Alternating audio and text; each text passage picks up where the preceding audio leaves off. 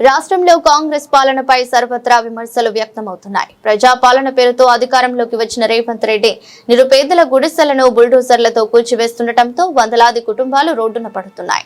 నమ్మి గెలిపిస్తే మా కొంపలు కూల్చారని బాధితులు శాపనార్థాలు పెడుతున్నారు. తాజాగా ఖమ్మం శివారులోని వెలుగుమట్ల భూదాన భూమి వద్ద గుడిసెలను అధికారులు భారీ పోలీస్ బందోబస్తు మధ్యన కూల్చివేస్తున్నారు. సుమారు 3,000 మంది పోలీసులను రంగంలోకి దింపి బలవంతంగా గుడిసెలను తొలగిస్తున్నారు. ఈ సందర్భంగా బాధితులు మాట్లాడుతూ రేవంత్ అన్న సీనన్న అని ఓటు వేసి గెలిపించి గద్దె మీద కూర్చోబెడితే మమ్మల్ని ఇవాళ రోడ్డు మీదకు లాగారు. సంవత్సరం నుండి కరెంటు లేదు, నీళ్లు లేవు. ఒకరోజు తిని ఒకరోజు తినక ఉంటున్నాం. 8 ఏళ్లుగా నివసిస్తుంటే ఇప్పుడు వెళ్లి పొమ్మంటే ఎలా అని ప్రశ్నిస్తున్నారు. డబ్బులు తీసుకోకుండా కాంగ్రెస్ కోటేస్తే తగిన బుద్ధి చెప్పారని, గుడిసెలు కూల్చి మా బతుకులు ఆగం చేయొద్దని ప్రాధేయపడుతున్నారు.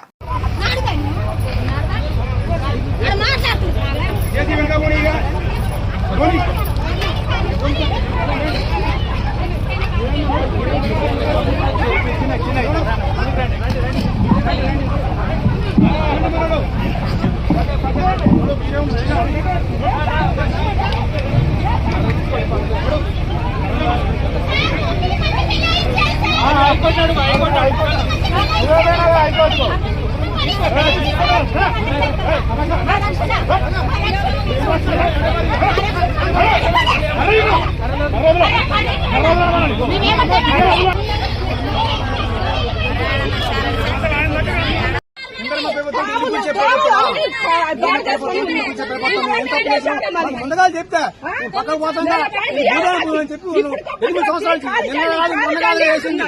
8 సంవత్సరాల నుంచి ఉంటాను చెప్పి ఇట్లా బాబురా మీ కాదు చెప్తాను. అసలు ఎవరు చెప్పు లేదా ఏం లేదా అటానికి వచ్చి హైకోర్టు ఆర్డర్లు గౌరవించారా, ఏటి గౌరవించారా, ఏమీ చేయరా? ఇది న్యాయమేనా?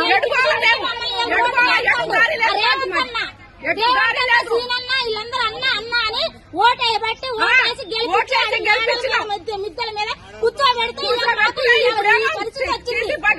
పరిస్థితి తీసుకొచ్చాను మమ్మల్ని. మా సంవత్సరాలు బట్టి ఉంటున్నామండి. కనీసానికి ఎప్పుడు ఏ రోజైనా కంటి నిండా నిద్రపోలేదు మేము.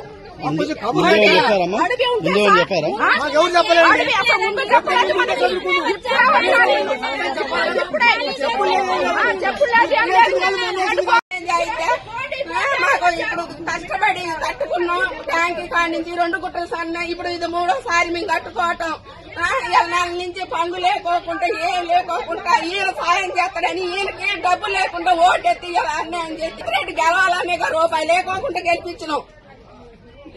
ఒకసారి ఆయన కొంచెం సాయం చేస్తాడని. కరెంటు సంవత్సరం నుంచి లేదు, నీళ్లు లేవు, నిప్పులు లేవు, కడుపుతా ఉన్న పిల్లలు అన్ని నెల నుంచి పోలీసు వాళ్ళు వచ్చినా కూడా ఒకరోజు తిని ఒకరోజు తినకుండా ఉన్నాం సార్.